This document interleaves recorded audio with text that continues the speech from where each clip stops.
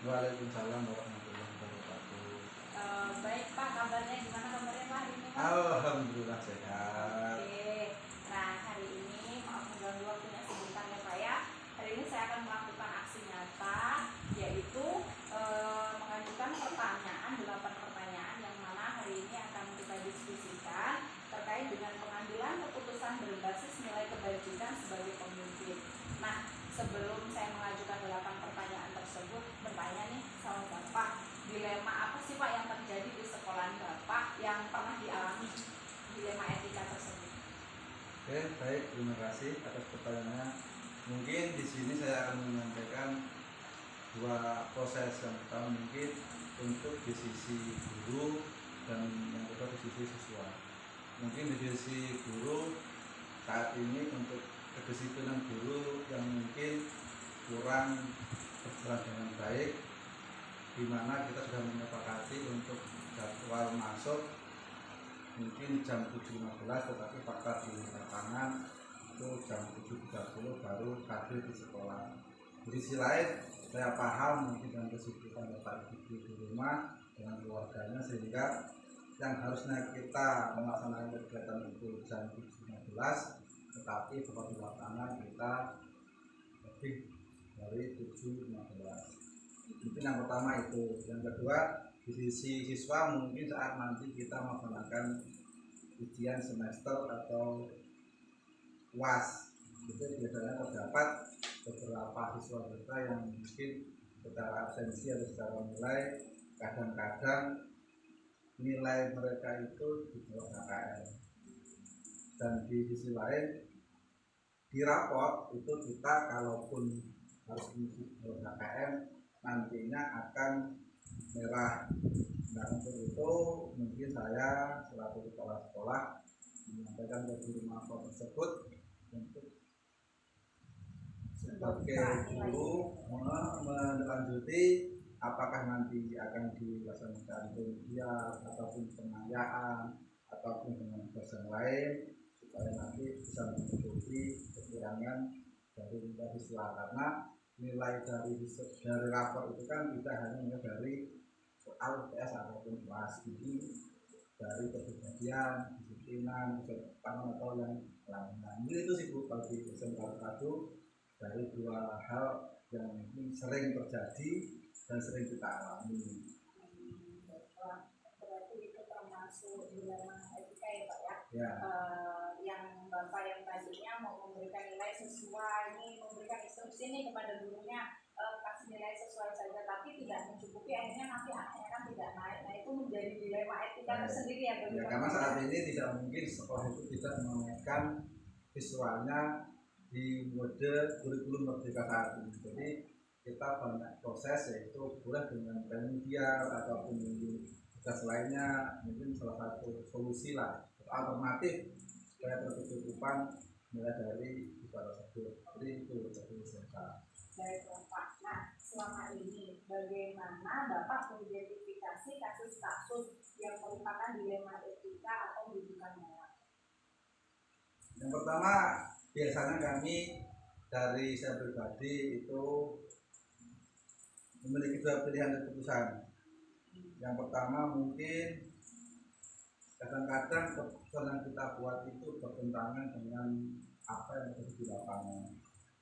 Kadang belum tentu yang kita putuskan pribadi itu semua guru itu apa ya, mungkin ya menyetujui.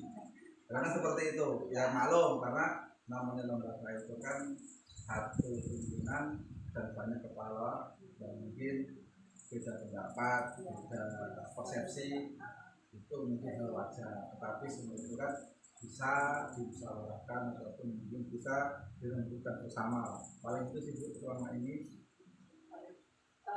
Jadi selama ini bagaimana Bapak menjalankan pengambilan keputusan di sekolah Bapak, terutama untuk kasus-kasus di mana ada dua kepentingan nih Pak, yang sama-sama benar atau sama-sama mengandung nilai kebajikan? Nah, jelas untuk pengambilan keputusan biasanya karena kita ini kan lembaga, di mana itu ada namanya kepala sekolah, dengan wakapur ataupun wakasis dan teman-teman guru. Nah, jelas kita mencoba mengambil keputusan dengan musyawarah. Karena kenapa? Lembaga ini kan berstruktur atau berorganisasi. Walaupun mungkin kepala sekolah itu pemegang keputusan terakhir, tetapi tetap kita memprioritaskan namanya musyawarah. Kalau selama itu berdampaknya baik dalam jangka pendek ataupun jangka panjang, yang mungkin kita laksanakan. Tapi kalau mungkin nanti dari itu semua keputusan sepertinya tidak baik untuk mungkin pribadi saya pribadi ataupun guru atau sekolah, yang mungkin nanti kita diskusikan kembali. Jelas tetap musyawarah, apalagi kita ini kan suatu lembaga yang terbaik, satu untuk sekolahan, untuk guru, untuk wali siswa dan siswa kita. Mungkin itu Bu, selama ini kami mengambil keputusan seperti itu di sekolah. Berarti keputusan yang Bapak ambil itu keputusan jangka panjang ya Pak ya, yang tidak berlaku untuk hari ini tapi untuk kedepannya. Bapak juga dalam pengambilan keputusan itu meminta pendapat dari guru, murid, bahkan dari anggota sekolahan supaya keputusan itu memang benar-benar disetujui. Ya, karena kenapa? Yang jelas namanya lembaga itu kan keputusan itu bukan serta-merta diputuskan oleh kepala sekolah, tapi ada lintas sektoral. Mungkin kalau masalah kesehatan bisa dengan puskesmas, kalau masalah guru mungkin dengan wakakur, atau mungkin masalah siswa dengan lokasi. Saya jelas harapannya tetap kita ini kan pendidikan itu berjangkanya panjang, artinya jadi dari untuk 5 atau 10 tahun yang ke depan. Jadi selama ini tetap kita menggunakan sistem bentuk bareng lah, atau musyawarah bareng. Oke, langkah-langkah atau prosedur seperti apa sih yang bisa Bapak lakukan selama ini? Langkah-langkah apa saja atau prosedur seperti apa sih Pak? Yang pertama mungkin kalaupun ada masalah, kita lihat dulu masalah ini apakah mungkin bisa diselesaikan cukup di sekolah ataupun cukup harus mengundang wali. Itu yang pertama. Kemudian kita identifikasi dulu masalah tersebut. Kalau mungkin masalah dari siswa, apa sih masalahnya? Kalau mungkin sebatas bolos ataupun mungkin jarang masuk, mungkin wali kelas atau lokasi. Tapi kalau mungkin sudah merana ke hukum atau bagaimana, tetap kita undang wali. Dan setiap yang kita ambil keputusan itu tidak serta-merta cuma dari pribadi, tetapi tetap walaupun nanti masalahnya dengan siswa, kita kumpulkan wali kelas ataupun lokasinya. Dan juga melihat nilai kemanusiaan. Kalau selama ini mungkin itu jangan, karena nanti berimbas kalau memang jangan dibimbing lah. Nanti kalau kita sebarluaskan sepertinya akan membuat sekolah jelek misalkan. Dan kita itu pegang kemudian direfleksi apakah nanti hasil musyawarah ini kita pertimbangkan kembali. Mungkin kalau masalahnya cukup di sekolahan, cukup dengan guru dan wali kelas, selesai ya udah, nanti tidak perlu melibatkan dari wali murid. Kalau kamu untuk wali murid kita panggil. Kalau itu sih selama ini tetap kita menggunakan apa ya, etika lah, karena itu paling diutamakan. Kalau bisa diselesaikan di dalam ketika ya, itu memang sudah darurat baru kita jelas mengundang pihak lain. Benar, ya. Jangan sampai masalah yang mungkin kita bisa selesaikan di dalam, kenapa kita keluar? Karena di sini kita bukan cuma siswa, guru atau kepala sekolah, tapi kita juga menerapkan teknik keluarga. Kalau keluarga ini mungkin kita di dalam, kayak bareng-bareng kita selesaikan di dalam aja. Kalau masalah ini harus dikeluarkan, ya jangan sampai harus di sana. Kalau bisa ya. Oke. Nah, hal-hal apa saja yang selama ini Bapak anggap efektif dalam pengambilan keputusan pada kasus-kasus dilema etika tersebut Pak yang ada di sekolahan? Terus gini, saya akan menggunakan beberapa mungkin masukan atau arahan, mungkin pendapat dari teman-teman guru, teman-teman sejawat, untuk melakukan itu, apakah ini benar atau salah. Yang jelas semua menentukan arahnya sebenarnya cuma penyelesaian yang harusnya nggak perlu panjang lebar. Kalaupun nanti masalah itu kecil ya kita redam, kalau masalah besar ya kita selesaikan. Tetap kita tidak mungkin kalau itu benar ya kita bilang benar, kalau itu salah ya kita bilang salah. Ini nggak sampai kita nanti malah berimbas ke hal yang lain yang mungkin nggak efektif, karena selama ini mungkin titiknya nggak sulit atau bagaimana. Sebab dilema etika itu menjadi hal yang ditanggung untuk sekolah, karena dua hal yang itu sama-sama benar tapi harus ditanggung salah satu. Oke, selama Bapak dalam pengambilan keputusan ya Pak ya yang sudah berlaku, yang sudah berjalan, ada nggak sih Pak tantangannya dalam pengambilan keputusan itu Pak, dalam kasus-kasus yang sedang terjadi? Ada nggak Pak tantangannya? Jelas gini, namanya kita mengambil keputusan itu kan ada sisi positif, sisi negatif. Kadang teman-teman ini karena orang banyak itu beda pemikiran. Ada yang mungkin puas, oh Pak Kepala mungkin menyampaikan ini, oh saya puas, bagus. Tapi belum tentu nanti untuk orang lain itu bagus. Kemudian yang namanya orang, kita hidup bareng, dan salah ataupun mungkin tidak benar itu sering terjadi. Ya ketika pedas itu udah manusiawi lah, karena namanya di lingkungan pendidikan ini kan nggak semuanya kepala sekolah itu benar, nggak semuanya kepala sekolah itu harus dituruti. Ya jelas mungkin ketika pedas, terus mungkin hal yang kurang baik ya kita berikan motivasi lah atau pembelajaran yang tujuannya harapannya saya pribadi ini diperbaiki, yang mungkin harapannya sih yang dari video tersebut nantinya kedepannya keputusan yang saya buat itu bisa untuk bersama, karena yang jelas memberikan masukan arahan dari pemimpin itu harus, karena pemimpin ini kan tidak berdiri sendiri, tidak ada sendiri, tetap masukan dari kawan-kawan itu tetap, dan itu wajar karena selama ini kalau tidak mau dikritik dan jadi pemimpin itu masyarakat biasa. Tapi ya pemikiran itu dari tadi yang menganggap itu suatu motivasi saya pribadi untuk lebih baik, terus kedepannya keputusan saya ambil itu untuk kebaikan bersama. Kalau itu yang selama ini terjadi, maklumlah pasti tetap ada tantangan ya Pak ya. Pasti. Oke, baiklah. Apakah ada Bapak memiliki jadwal tertentu dalam menyelesaikan kasus dilema etika, dan apakah Bapak langsung menyelesaikan di tempat atau memiliki jadwal untuk menyesuaikannya, bentuk atau prosedur seperti apa yang Bapak jalankan? Jadi ketika Bapak punya ada masalah tersebut, apa langsung diselesaikan di tempat nih Pak? Ada anak yang membolos nih, apa Bapak langsung selesaikan di tempat atau mencari jadwal dulu, atau konsepnya seperti apa nih Pak cara penyelesaiannya? Paling saat saya di sekolah, karena nama sekolah ini adalah sekolah, saat kami di sekolah mungkin saya lihat dulu, mungkin kita panggil dulu mungkin wali kelasnya, kalau kembali ke dari sekolah mungkin guru yang ada jam di waktu itu.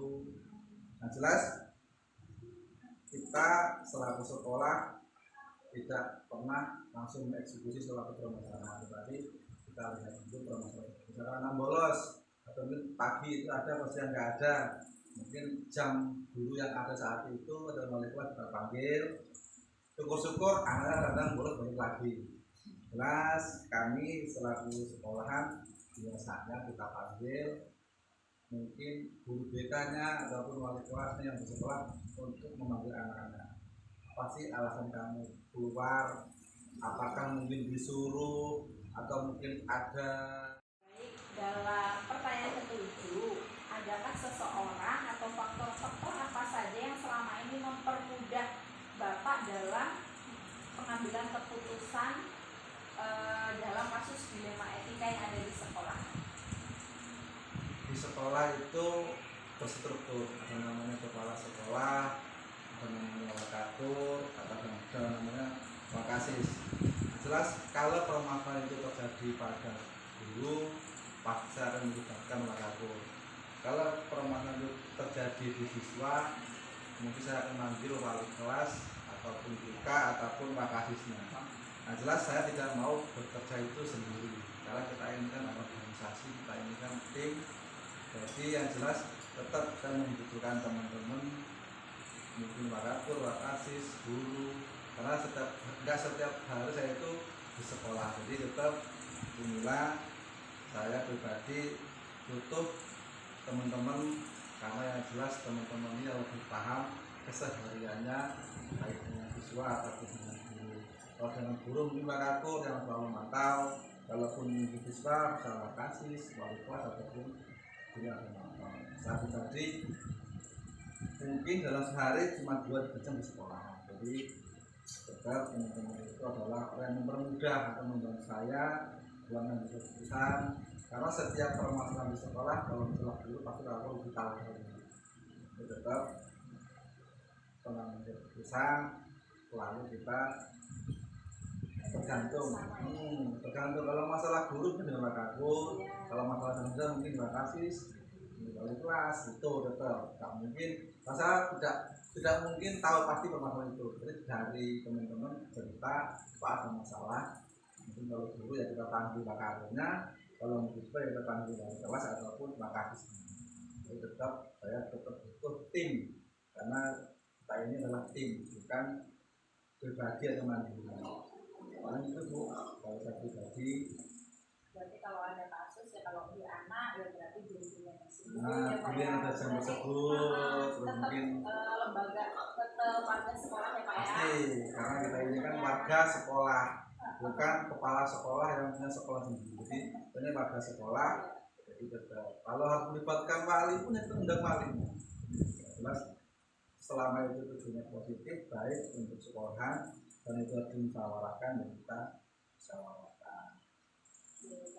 Dari semua hal tadi yang sudah Bapak sampaikan, pembelajaran apa sih yang dapat Bapak petik dari pengalaman Bapak dalam pengambilan keputusan dilema etika? Dari obrolan kita pertama ya Pak ya, dari saya nanya soal yang pertama sampai ke tujuh tersebut, apa sih Pak yang bisa diambil pelajaran dari situ oleh Bapak? Mungkin yang pertama yang jelas itu masalah warga sekolah. Jadi semua keputusan diberikan seluruh dari guru, wali kelas, wakatur, wakasis, tergantung dengan permasalahannya. Dan setiap tokoh sekolah itu mungkin pandangan kita mungkin benar, tapi belum tentu pandangan orang yang di luar itu benar. Jadi itu tidak begitu sempurna, tetapi minimal kita lebih mendekati sempurna. Yang pertama. Dan untuk mengambil keputusan itu juga kita mempunyai nilai-nilai kebijakan yang luhur lah. Karena kita juga sebagai manusiawi yang mungkin saklek dengan bagaimana sekolah. Kita pertimbangkan dulu dengan moral kita dan negara kita. Kira-kira nanti anak ini apa ya, terus anak ini tersinggung enggak, terus nanti tersudut atau enggak gitu. Jadi tetap kita menunjukkan nilai-nilai luhur kita sebagai manusia yang biasa, tetap memperhatikan semua itu yang terbaik, baik untuk kita sendiri, untuk guru, untuk siswa, dan lain-lain lah. Yang jelas ya harapan sih dari semua tadi yang sampaikan itu tetap fokus pertamanya musyawarah. Karena selama kita masih bisa musyawarah, yang pertama, yang kedua selama kita masih berkomitmen, yang ketiga masih mempertimbangkan nilai moral atau nilai luhur, yang mudah-mudahan terselesaikan semua lah, walaupun tidak sempurna, minimal mendekati sempurna. Itu inilah. Baik Bapak, jadi namanya kita sebagai manusia manusia biasa yang mungkin memiliki belas kasihan ya Pak ya. Pasti. Ketika kita mau memutuskan masalah nih, kok ternyata kok rasa kemanusiaan kita, Nah, ya Pak ya, nilai benar. moral kita kok kasihan ya kalau sampai berbuat seperti ini. Dan kembali lagi Bapak juga mengambil keputusan juga dengan mufakat, mengambil warga sekolah, dengan guru, bagaimana sih keputusannya kalau saya mengambil keputusan seperti ini, bagaimana? Itu super sekali. Terima kasih ya Pak ya atas hari ini. Semoga apa yang sudah disampaikan Bapak dapat berjalan dengan sebagaimana mestinya, dan saya juga bisa mengambil nih hal-hal positif dari yang Bapak sampaikan. Terima kasih atas waktunya dengan Bapak Adi yang luar biasa. Terima kasih, semoga Bapak sehat selalu. Amin. Terima Amin kasih ya Pak Bu. ya. Ya, assalamualaikum. Waalaikumsalam.